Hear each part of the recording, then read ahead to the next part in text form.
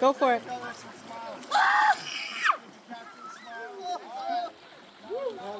Oh, stuff. Get those out of there.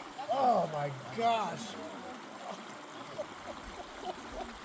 Your feet are ice blocks. Oh my goodness.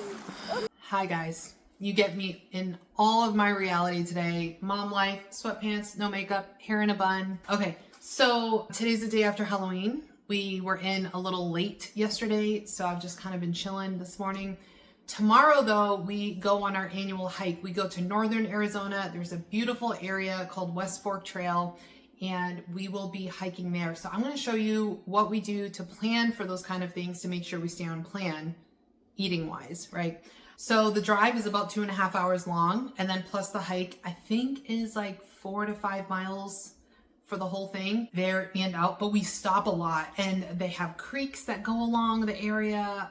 There's beautiful foliage. Yes, Arizona has more than one season. We do have fall and winter as well, mostly up north, but it's still fun to see. So 2.5 hours to drive there and back, plus the time we take to hike. It's usually a really long full day. So I want to make sure we pack nutrient dense food, something for a lunch where we usually sit by the creek, people watch and eat and enjoy ourselves. So I'm going to show you one of my favorite things to do, which is dehydrated meat or jerky. I am somebody that likes to take the easiest way as possible. We do have a slicer where we could buy our own meat and slice it up, but I only do that if I have time and if I feel like it. So most of the time, because we don't do this a lot, maybe like 3 or 4 times a year I might get this, I'll go to Costco and they already have steak that is sliced up. So the funny thing is normally it's New York strip. And I just look for it, look for the slice, which one do I like the marbling of, and I grab it. And I went to pay and I got in the car and I'm like, oh my gosh, this isn't New York strip. I bought ribeye, guys. I bought ribeye. So I'm actually really excited for this one. This one is going to be dehydrated steak, ribeye. It's going to be really good. My husband was like, dang, you must have spent some money on that. I said, yeah, well, we deserve it.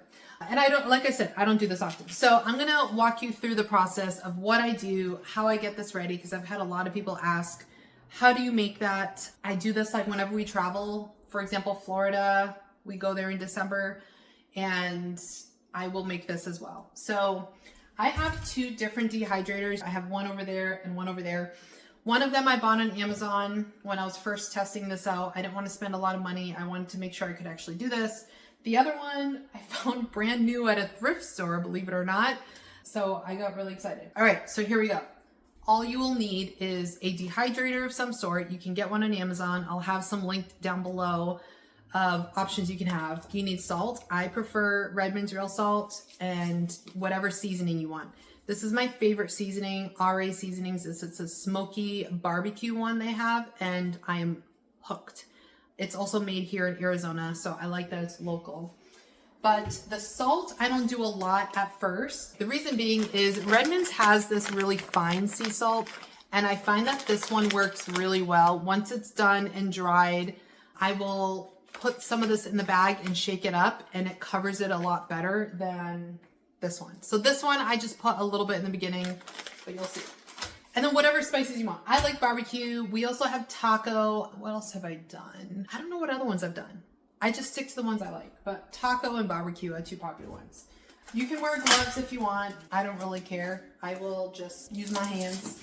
So here we go. Here's the sliced meat. Simple. Here are my trays. These are the trays for my other one. And legit, just put them on here. When you put them on, you just want to make sure they're not overlapping. So they can be touching, just don't overlap it. You see why I just buy them sliced? Because it is so much easier. Sometimes I might take them and turn them around if I think I can fit more in another direction. It's like adult Tetris. So I'm going to do that with all of these trays.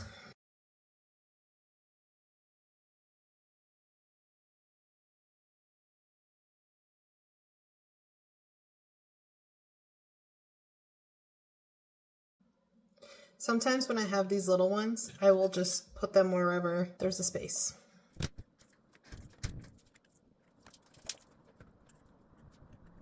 And if there's extra space here, I'll just break some of them to make them fit. One of the most important things with all of this as well is to make sure it really is thinly sliced. You don't want really thick ones. They won't dehydrate well. So here, let me show you. Do you see how thin this one is? It's not super paper thin, but it's not too thick.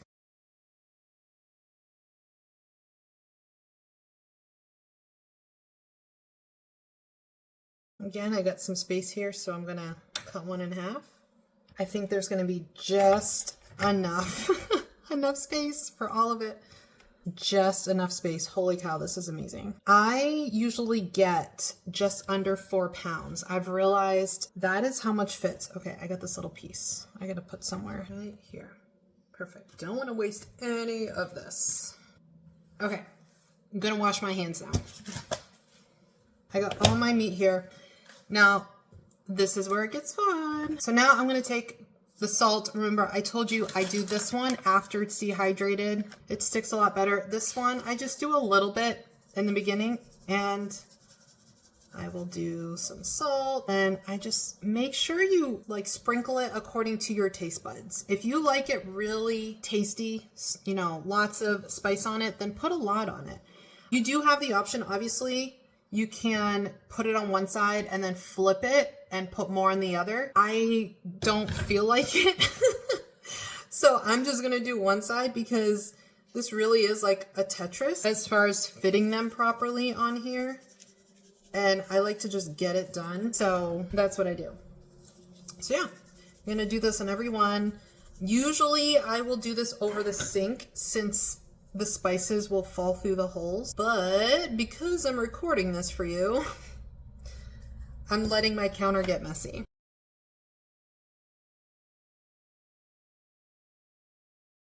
Why do I choose this? Why do I choose this type of food for hiking? Why don't I do trail mix like I used to, granola bars? What else did I used to bring for hiking? It was usually at sandwiches. Like, yeah, you're probably gonna burn off a lot of the carbs if it's a serious hike, but I don't miss that stuff. Like, I don't miss sandwiches or trail mix or any of that. We probably will bring some nuts for my little guy, and my husband likes them too.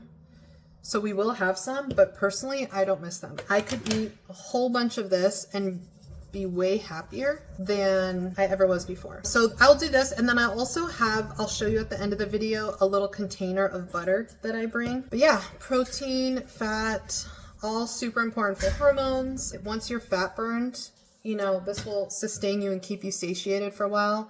All right, so this is the last one. There you go. All right, so here they are. They're all done. You can see, or maybe you can't see, there is a lot, yeah, that has piled on. So now I'm gonna take these and I'm gonna put them in the dehydrator at between 130 and 160 degrees. It depends on your liking.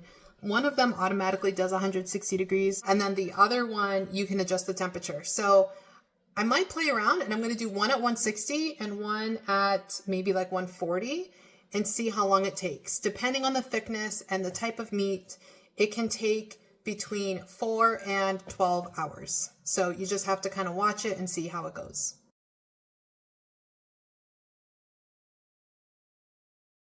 That one is at 130 degrees for 10 hours. We'll see if that works, because now I just realized that'll be like 10:30 at night. So we'll see how that goes. This one is gonna go 160 degrees, so it'll definitely be less. We'll find out. So this is the other one that I got. I think they discontinued this model, but there's still a version like this where these trays will collapse and it folds nicely into whatever cabinet space you have. But it does automatically go 160 degrees, and you just let it go however long you want it to.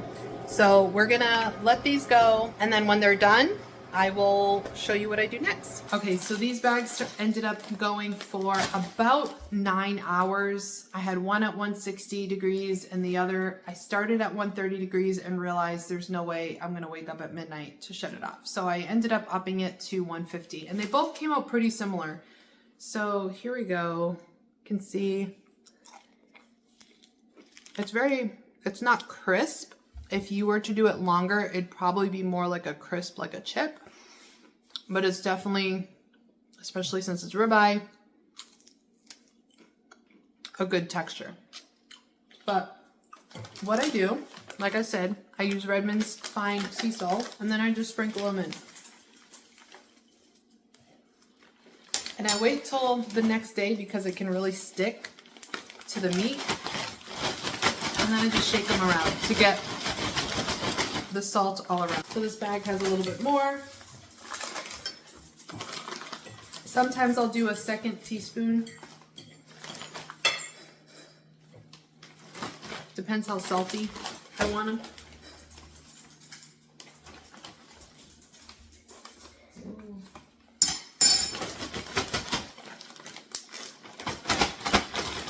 Literally just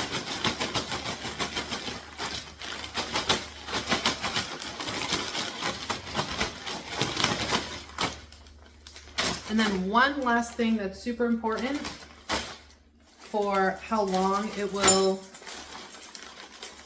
preserve is buying these little, see, there you go. Buying these dry packets. So I usually put 1 or 2 in each bag depending how big they are. And that helps to preserve it. It absorbs the moisture so it doesn't get moldy. But these, I brought these on trips and they've lasted like 4 or 5 days sometimes if we're not finishing them sooner. But yeah, so that's how you make the beef jerky for traveling. Really easy, a good staple that we have. Once you try them, feel free to come back, comment, like this video, and don't forget to share it and save it. All that stuff. So here we go. We are here at West Fork Trail.